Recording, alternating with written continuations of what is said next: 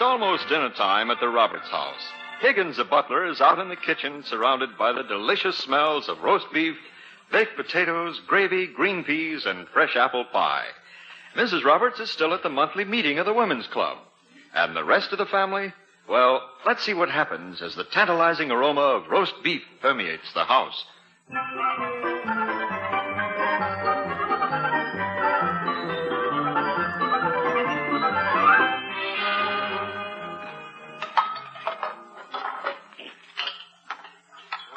Higgins, the dinner certainly smells good. Yeah, we smell the roast beef up in our room. We're so hungry we can't stand it. When do we eat? As soon as Mrs. Roberts arrives, sir. Oh, those darn women's clubs. Yeah. They never get their meetings over on time. Say, Higgins, there's a piece of crust falling off the pie. Would it be all right if I... No, Master Thomas. You know I have an ironclad rule about nibbling. Oh, gee whiz.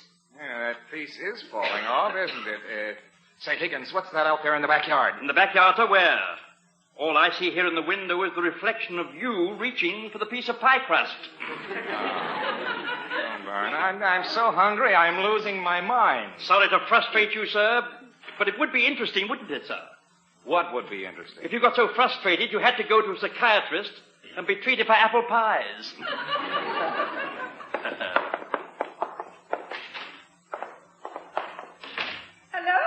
Oh, hello, Liz. Hurry up and get your coat off, dear. We're all starving. Philip, there's someone with me I'd like you to meet. Sorry, Elizabeth. Phil, this is Mr. St. Regis. Bobby, this is my husband. Well, Roberts, I've been anxious to meet you for a long time. A long, long time. I've always been interested in meeting the man who took Betty away from me. Oh, Bobby. Bobby, Betty, are we expecting some more guests? Oh, Betty, that is, Elizabeth and I went together before she met you. Oh, yeah. As I see. You and my wife used to go together. You're an old friend. That's right, Roberts, and I've always called her Betty. You know she used to get furious if I tried to call her Liz. She always hated that name. Is that right, dear? Well, you never told me you hated to be called Betty. Elizabeth. Dear. Dinner is served, madam. Oh, Higgins, this is Mr. St. Regis. He's staying for dinner. Yes, madam. Don't forget to set another plate. I'll do it immediately, madam. Where would you like the place set? Next to you? I think between Tommy and Debbie would be nice. Very well, sir. Between Master Thomas and Miss Deborah, it may not be ideal, but it will be exciting. Excuse me. Tommy and Debbie? And you told me about Nancy. Do you mean to say you actually have 3 children, Betty? Mm-hmm. Why, I can't believe it. It just seems impossible. It's been 18 years, Bobby. Nancy's 17. Imagine that, 18 years. Why, it seems only like yesterday. Not when you had 3 children. Gee, Mom, am I ever hungry? Nancy, this is Mr. St. Regis. He's a very old friend of mine. Oh. How do you do? Nancy. Hello. Why, Betty, she's beautiful. Simply beautiful. Gosh. Hey, what's the matter with you, Nancy? How come you're standing there with your mouth wide open? Tommy, this is Mr. St. Regis. Oh, company, huh? Hiya, Mr. St. Regis. How do you do, young man? Young man? Boy. Let me help you with your chair, Nancy. My chair? Is something wrong with my chair? He wants to help you sit down, Nancy. Oh, gee. He does? Hi, everybody. Boy, I'm so hungry I could eat a horse. Debbie, this is Mr. St. Regis. Hello. Good evening, Debbie. Boy, Mom, is he ever good looking? Debbie, please, don't be rude. You might hurt people's feelings. Oh, she didn't hurt my feelings. Well, she hurt mine. You know, it's amazing. All three of the children look exactly like Betty. Betty? Who's Betty? Children, now pay attention to Daddy, please. Your mother and Mr. St. Regis are old friends. He's always called her Betty. And Mr. St. Regis, what did your nickname used to be? Dimples, by any chance? Oh, I get it. He's an old boyfriend of Mom's. Debbie. Hey, are you ready for me to serve, madam? Please, Higgins. How did the roast beef turn out? Roast beef? You're all eating roast beef? Betty, how shocking. Shocking. You mean Betty or the roast beef? Oh, dear. I forgot about your diet, Bobby.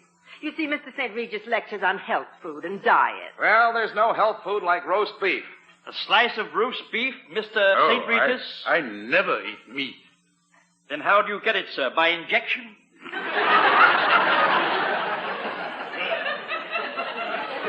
You see, Mr. St. Regis is a vegetarian. Yes, I follow the advice I give people in my lectures. Pass the roast beef.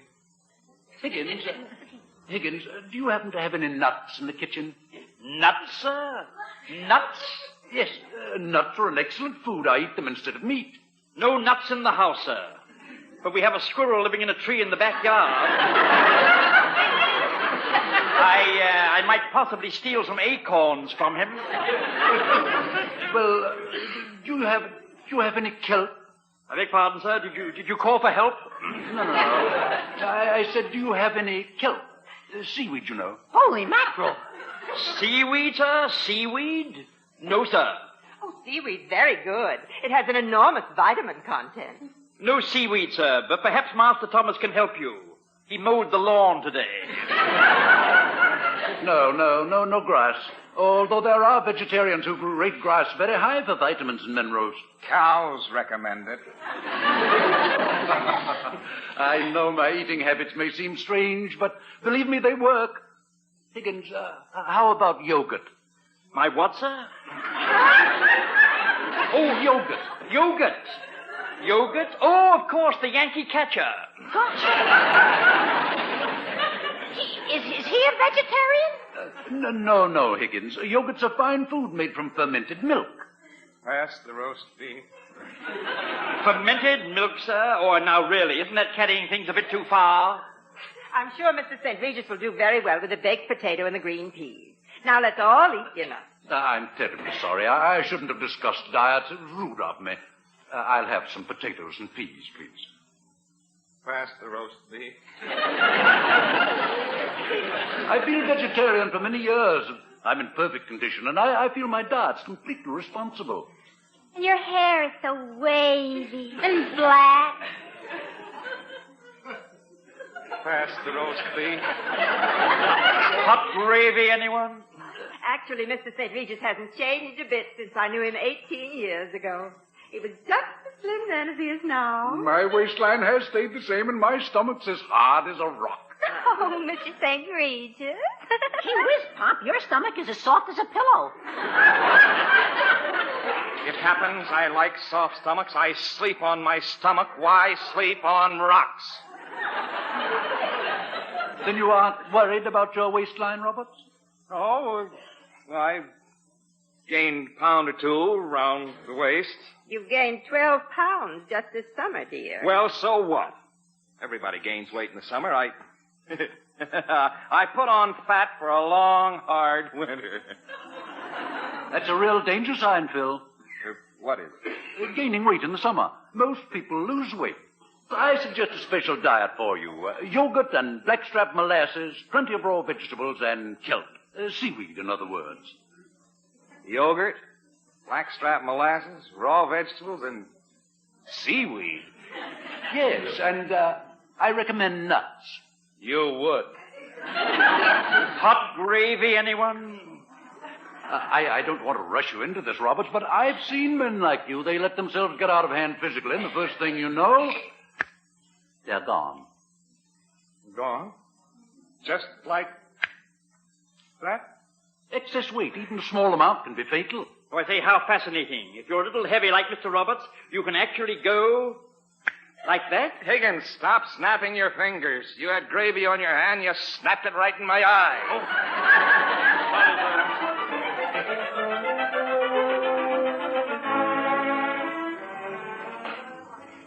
Now, Phil, here's the diet list Bobby prepared for you. Now, look, Liz. So I'm a couple of pounds overweight. So what?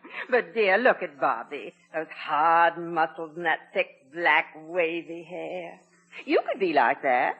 Don't you agree, Higgins? Oh, your logic is devastating, madam. But I'm happy. I have a good appetite. I enjoy my food. I sleep well. Why tamper with nature? Listen to some of these dishes in the diet, Phil. This one, for instance. Wheat germ blintzes. They sound delicious. Wheat germ blintzes? I say, is that a food or a new secret weapon? And listen to this, Philip. A recipe for seaweed souffle. Seaweed souffle. Now, that sounds delightful. Imagine how it would taste smothered with hot melted catfish fat. Well, for goodness sake, there's actually seaweed tea here on the list. Tea made from seaweed? Seaweed tea? I imagine it would be very healthy. Oh, madam, please keep the news away from England. Why? Because if the English heard the horrible news, someone on the tight little island would pull out the plug and let it sink.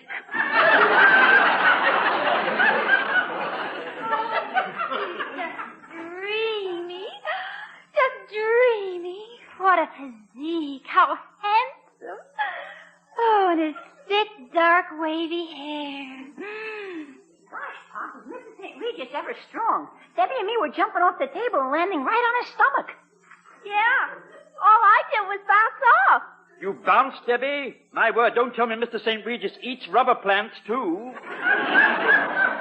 Boy, Pop, he's really strong. Well, here you all are out in the kitchen. Ah, what a picture this family makes. Lovely, lovely Betty. Beautiful Nancy. Oh, what a perfect figure you have, Nancy. I do? Tommy and Debbie, both strong, pink-cheeked, perfectly healthy. And there you are, Roberts.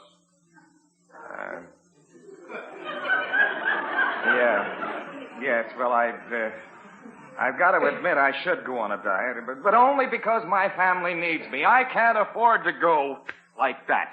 Ah, you're making a smart move, Roberts. You'll thank me before you're through.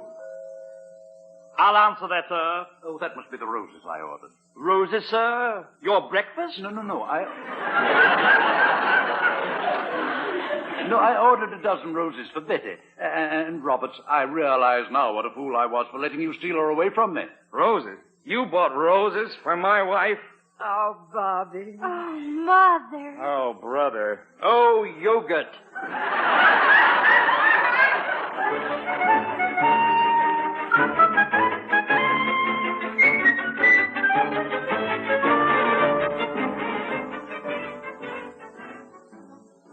Here's your hat, Mr. Roberts. Thank you, Higgins. Goodbye, dear. And have a good day at the office. Goodbye, Phil. Betty and I are going to have a lot of fun today. We're going to visit all the places where we used to go, before? Before? Yeah, before. Well, remember, it's after now. I'll attend to your special diet dinner, sir.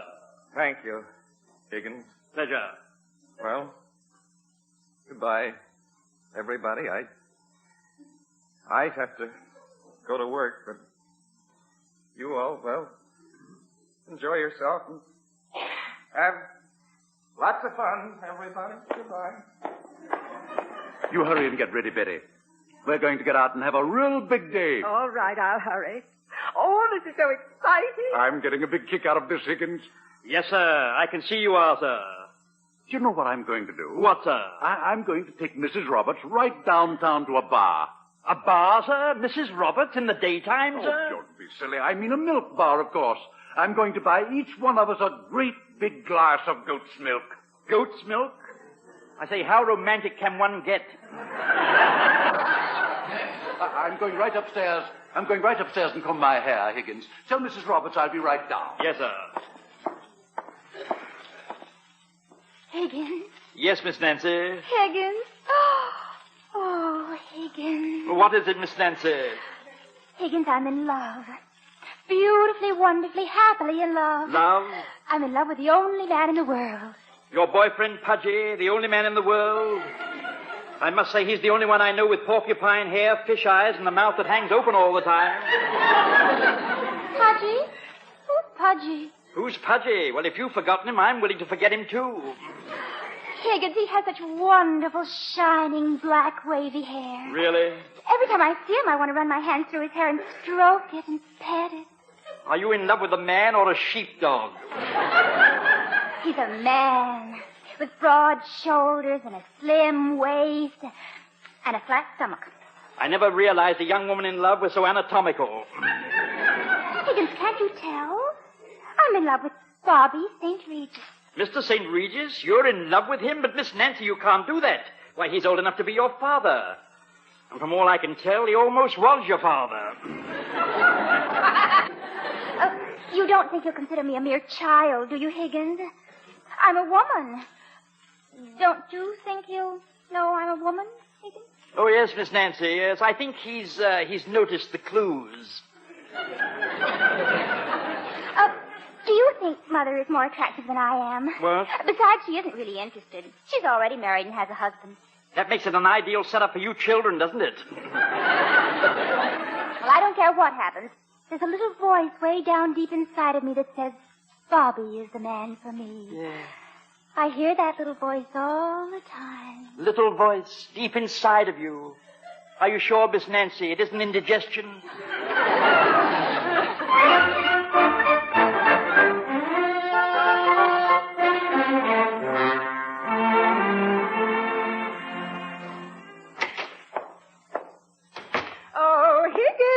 Good afternoon, Mrs. Roberts. Good afternoon. And Mr. St. Regis, good afternoon, sir. Put these flowers in a vase, will you, Higgins?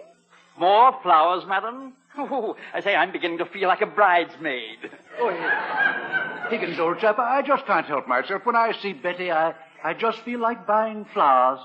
Excuse me, I think I'll go upstairs and comb my hair. My word, you do keep that comb hot, sir.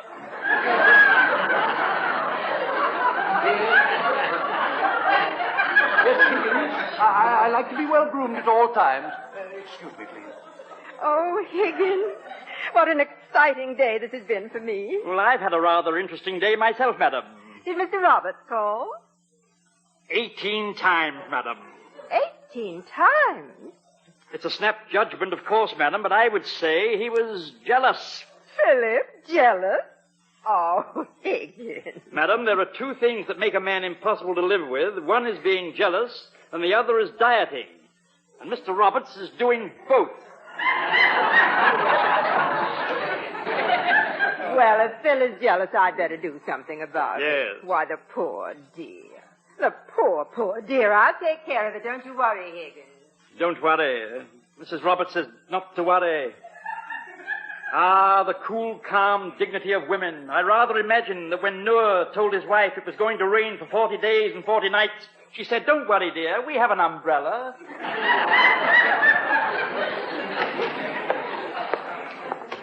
Good evening, Mr. Roberts. Good evening, sir. What's good about it? Yes, sir, yes. Well, I must tend to dinner, sir. I have a surprise for you, sir. What is it? French fried Brazil nuts.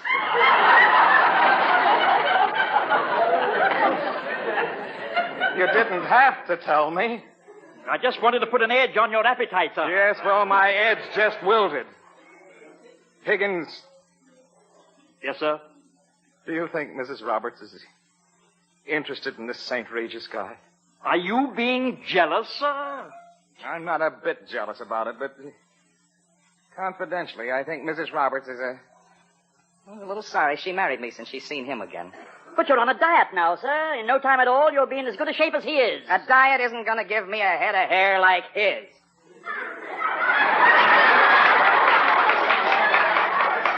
May I suggest, sir, that you talk to Mrs. Roberts? I think this whole idea is in your mind, Higgins, sir. I told you I'm not being jealous. But if I'm right about this, I know what Mrs. Roberts will do next. She'll be extra nice to me to keep me from being suspicious. Yes. Well, I'll go and see to the dinner, sir. Hello, dear. Good evening, Elizabeth. Come here, dear. I want to give you a kiss.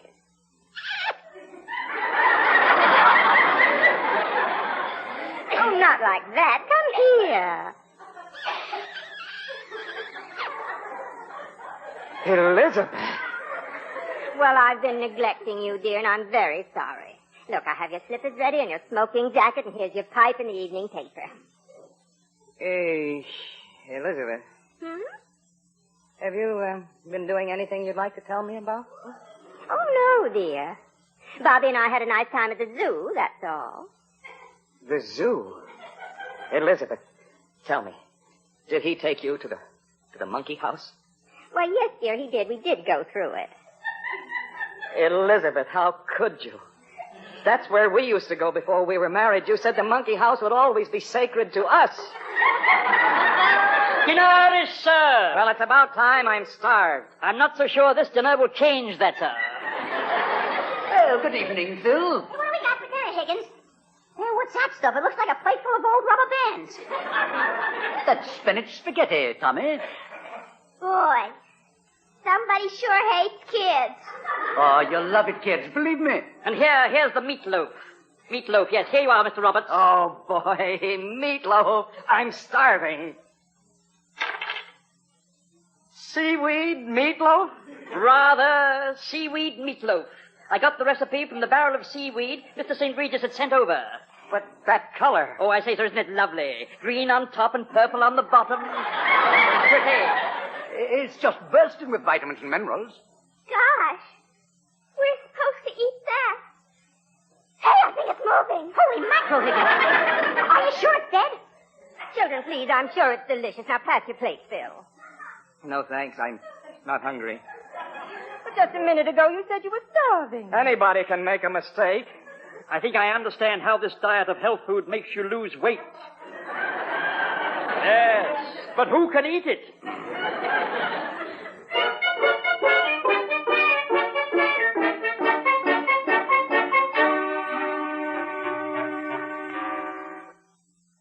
Higgins. Yes, sir. Higgins, what am I going to do about that guy? Well, sir, how about some arsenic in his yogurt? That's a good idea, but it's impractical. I understand, sir, Mr. St. Regis is very fond of hunting. Look, Higgins, all I want from that guy is for him to go away. He's ruining my life. Fond of hunting, is he? Well, Yes. I wish he'd stop poaching at my house. Why don't you take him hunting tomorrow, sir? Me? Yes. Take him hunting? No, thanks. I might be tempted to shoot him. Mr. Roberts, sir, from what I've read in the papers, hunters get lost very frequently. Sure they get lost running around in the woods. Higgins, I'm beginning to think you're a positive genius. Oh, I wouldn't say that, sir, but I'm glad you said it. Get lost. That's just what I'd like him to do. And I will take him hunting tomorrow. Your guns are over there on the wall of the den, sir. I rather imagine they need to be cleaned. Yes, I think they do. I'll get to work on them right now. I'll tell Mr. St. Regis you'd like to see him about the hunting trip right away, sir. Thank you, Higgins. Oh, boy, I can hardly wait until I tell him about the good, clean fun we'll have tomorrow. Oh, Mr. St. Regis. Mr. St. Regis. You sound agitated. Anything wrong, Higgins? No, sir, no. Mr. St. Regis, I've come to warn you, sir. Warn me? About what? Well, it's Mr. Roberts, sir. You see, he has a terrible temper. He's insanely jealous of your attentions to Mrs. Roberts. Oh, that's absurd. He's an adult. He's nothing to be jealous of. I wouldn't be surprised if he forced you to have a duel with him. A duel, Higgins? Oh, Higgins, this is 1951. He wants to see you, sir, in the den. In the den? Yes, sir. Right over there, sir. That way. That you, St. Regis? Yes, Higgins said you wanted to see me. Yes, come on in. Did he tell you what I had in mind for us in the morning? Yes, he did. I'm cleaning the guns now. So I see. You're really serious about this, aren't you? Certainly. Why shouldn't I be serious about it? I like it. I do it 3 or 4 times a year. Well, what would the police say if they knew what you had in mind? They wouldn't say anything. I have a license. A license? Listen, St. Regis. What I go out and shoot will never be missed. So, here you are. Catch. There's your gun. My gun. I thought a man usually had a choice of weapons. Okay. Take the other gun. I can shoot with either one. Oh, now don't tell me you want to go out with bows and arrows. Oh, no, sir. A gun's the thing. I just swing my gun up to my shoulder like this, take careful aim, and bang. All I do after that is throw the carcass over the fender of my car and drive away. You shoot to kill? Sure, the bullet's straight through the heart. Yes. Well, excuse me. Where are you going? Upstairs to comb my hair. St. Regis, hey, Higgins, come here. Yes, Did you see where he went? Upstairs like a shot, sir. Why did Mr. St. Regis run upstairs like that? What's going on? Hey, we just saw Mr. St. Regis running like 60 to his room. Yeah, he looks scared. Hey, what's wrong, Higgins? I wouldn't have the remotest idea. I say, here he comes. There he goes. He's gone. Well, what do you know about that? He didn't even say goodbye to me. Higgins, what happened? I really don't know, madam, but his suitcase was half open, and this fell out. Gosh, what's that thing? Hey, it looks like a cat. It looks like a dead cat. It looks like a bird's nest. This is a toupee. A toupee? So you mean that gorgeous black wavy hair he had was nothing but a falsie?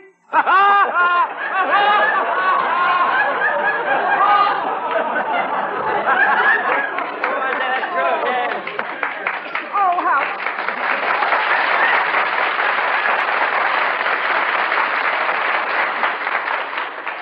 Oh, that's terrible. How could he try to fool us like that? Oh. Then that lovely wavy hair wasn't his at all. No, he bought it. Yes, he bought it. Would someone like to examine the evidence? Oh, I'm going up to my room. Nancy, darling, tell Mother what the matter is.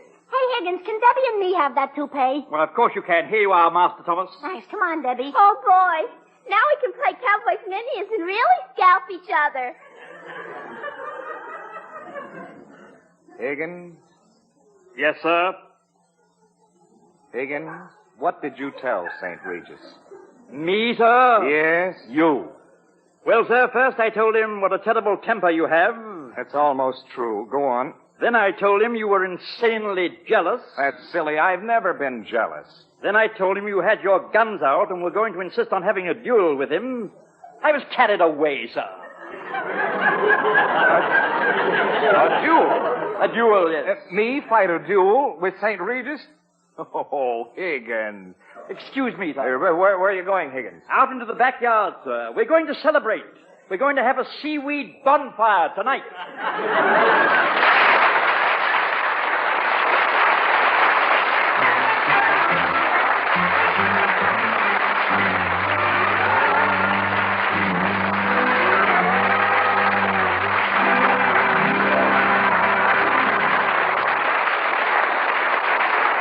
This has been It's Higgins, Sir, a new comedy series starring Harry McNorton, with Vinton Hayworth and Vera Allen as Mr. and Mrs. Roberts.